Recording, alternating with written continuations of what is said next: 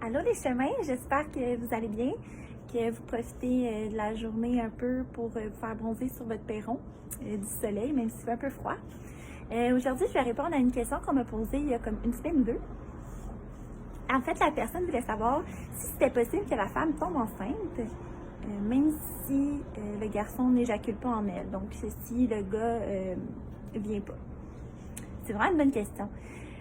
Parce qu'il y a comme une légende ou une croyance qui dit que dans le liquide prééjaculatoire, il y aurait des spermatozoïdes.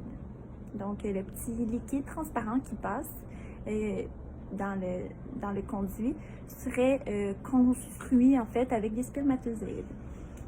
En fait, c'est pas vraiment le cas. Il y a très peu de chances qu'il y ait des spermatozoïdes dans ce liquide-là, en fait, parce qu'il n'est pas conçu pour la reproduction. Okay? En fait, il y a des fonctions bien précises. Il sert à quelque chose de super important, ce liquide-là. Il sert à nettoyer le conduit, ce conduit-là. Alors, ici, voyez-vous, on parle ici de l'urètre. Donc, l'urètre qui est un petit couloir dans le pénis de l'homme qui laisse passer non seulement les spermatozoïdes, donc le sperme, mais aussi l'urine. L'affaire, c'est que le sperme est un liquide super fragile.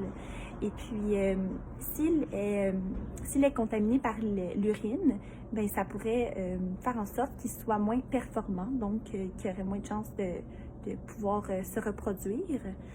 Donc, voilà, le prééjaculatoire, le petit liquide transparent qui passe, va servir en fait de passer avant le sperme pour nettoyer l'urètre, le petit conduit, afin que le sperme soit en sécurité.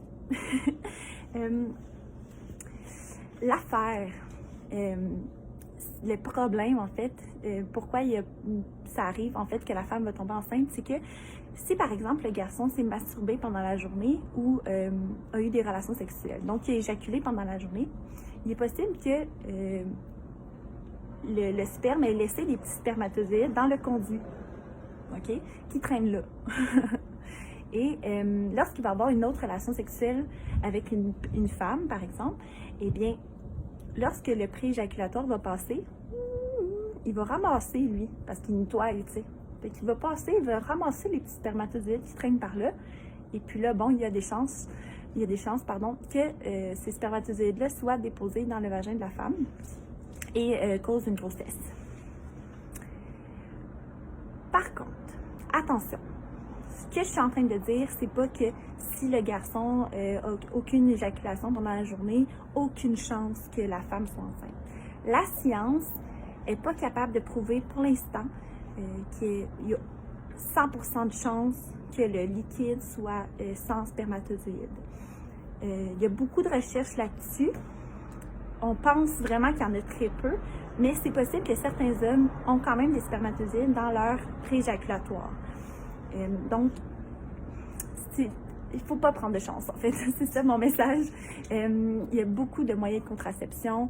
Il y a beaucoup de façons d'éviter tout ça. Donc, si on ne veut pas de bébé, on sait quoi faire. Hein? On utilise soit le condom, soit les moyens comme la pilule, le timbre, le stérilet, tout ça. Là. Les médecins sont là pour vous donner des conseils par rapport à tout ça, mais c'est important de les utiliser si on ne veut pas de petits bébés. Alors voilà, j'espère que j'ai répondu à la question. Je vous souhaite une belle journée. À la prochaine. Bye.